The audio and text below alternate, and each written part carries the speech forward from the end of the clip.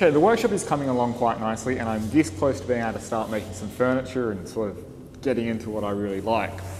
But before I can do that, I really need to get a few workshop necessities out of the way. If I don't do them now, I'm never going to do it.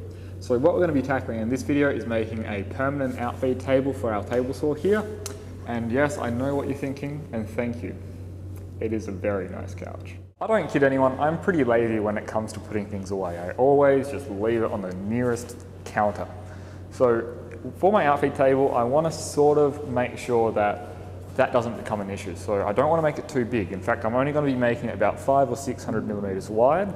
And the reason for that is because honestly, if I make it any wider, I know I'm just going to throw stuff on it, and every time I need to use the table saw, I'm just going to shuffle things around and not put it away. Now, as far as the construction goes, I'm just going to be using some simple pine. So I've already milled up all of my parts here, and I've got them cut to their final size. So the timber I've used is just your standard 90 by 35 or your 2x4 sort of stock that you get at your hardware store.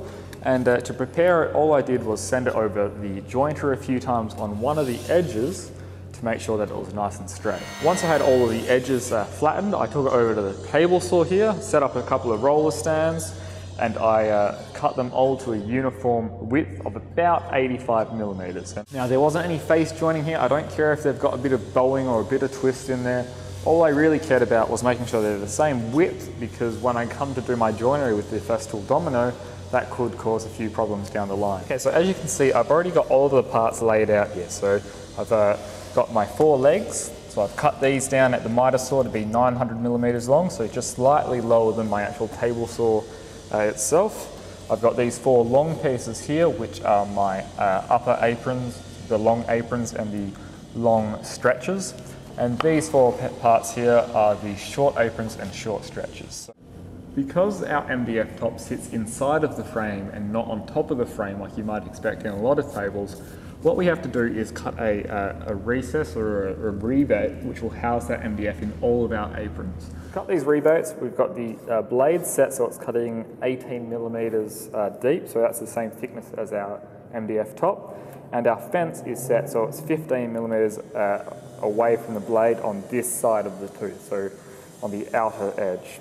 And what that means is that we'll have the MDF seated on a 15 millimeter shoulder, but it'll be flush with the surface.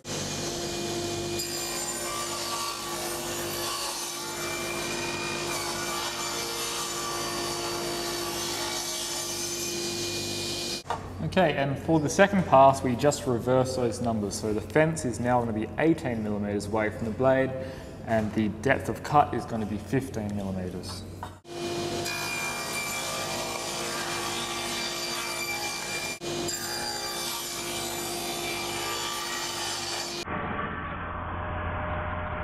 So those recesses are now cut, so our MDF top will actually sit in there nice and flat, and we won't have any ridges to worry about. So with that done, let's actually start looking at attaching the legs to these aprons and the stretches. So the legs are just straight lengths of the same pine, and they just get attached onto the ends using, well, in my case, I'm going to be using my Festool Domino, but you could do it with glue and screws, dowels, you know. It's a very simple joint, so you could, you know, just go to town on it.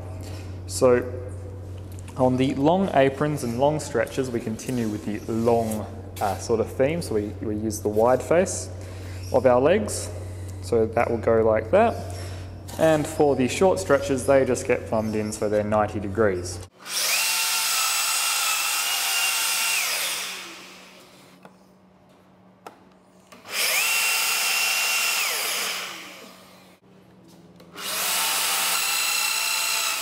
With all the joinery cut, let's look at the glue up. Now, I'm going to be doing the glue up in 2 halves. The first part is going to be the short leg assemblies. Once they're in the clamps, I'm going to add the long rails and the long stretches, and then just clamp it all together. Now, you'll notice in this bit of footage here that I've actually used ratchet straps as clamps. Now, they aren't ideal solutions as you can't really direct the clamping pressure, but I didn't have enough clamps, and in a pinch, they do the job. Okay, so this was in the clamps for a few hours, and I've now taken it out and we can start moving on. So as you can see, we've got our recess routed out for our MDF top, but where the legs come through, there's no recess, so we can't actually drop our top in until this material is removed. There's a few ways we could remove it, but the way I'm going to do it is using the router and then clean it up with my chisel. Because this is such a narrow platform for the router to be resting on, it's not exactly that safe. So what I'm going to do is clamp on this piece of scrap wood on the inside here, and that's going to just increase the amount of reference surface I have for the base of the router.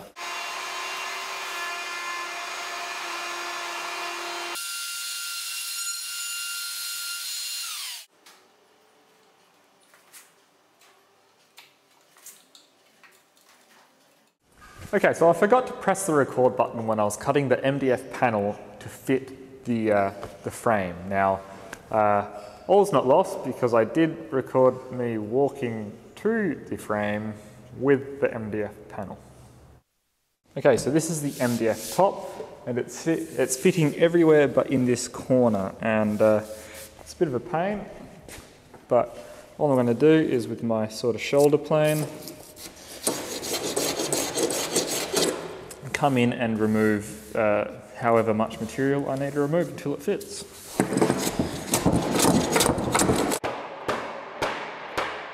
Okay, so the top is sitting inside of the frame and it's looking good. So there are a few gaps up in here, but that's just because the legs and whatnot weren't cut square. So not a big deal. You don't need to worry about gaps and things in your shop furniture. As long as it is structurally sound, I think it's okay.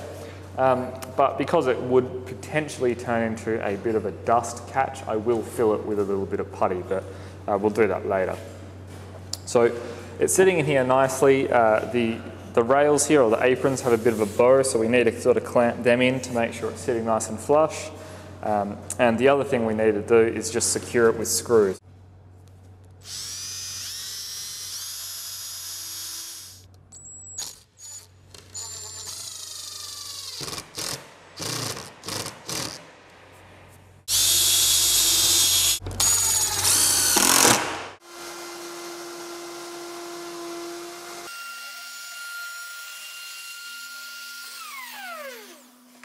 Okay, so what I'm doing here is just removing a slot out of the table which will accept the bar of my miter gauge as I pass it through the blade.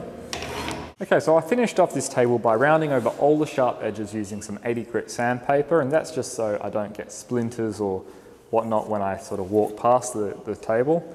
And then with the top I just applied a generous coat of wax. Now I'm not going to be finishing this table with an oil or a varnish like I would for an indoor project, and that's just because, well, honestly, I don't think it's worth finishing shop furniture like this. Now, I'm going to be leaving the table where it is, so there's no shelf on the bottom or anything like that, and the reason for that is because this is such a narrow outfeed table. When I'm ripping full sheets of plywood, I'm actually going to pick it up, turn it on edge, and then I'll have a long support for my, my full sheet goods. So if I put a shelf on there, I'd have a lot of weight on this table here, and I know I'd get lazy and not actually spin it around when I have full sheet goods, and that sort of adds more danger than it's worth. So while it's a very good solution for storage, I'm just not going to be doing it. So if you did want to add a shelf onto this unit, it's just a simple matter of adding a cleat onto those bottom rails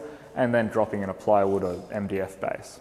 Now, I know that I use dominoes on this particular table, and that's not really accessible for the majority of you guys out there, but honestly, in this scenario anyway, glue and screws would have done just as well. Now, I've made this table to be an outfeed table, but in all honesty, a table like this is really good as an all-rounder workbench. You could use it as an assembly table, a sort of glue-up bench and whatnot. So it's really cheap to make, really fast to make, and the top is removable as well. So if you want to use it as a finishing table, it's easy to replace the top when it gets too worn out. So just keep in mind that while this is titled an outfeed table, it's not necessarily got to be an outfeed table. The only defining factor that makes this an outfeed table is the fact that I've cut grooves for a miter bar. Okay, so thanks for watching this video. Now remember, George's Woodshop is a weekly woodworking podcast, so if you don't want to miss out on all my weekly videos, you'll have to subscribe to my YouTube channel. So hit that subscribe button down there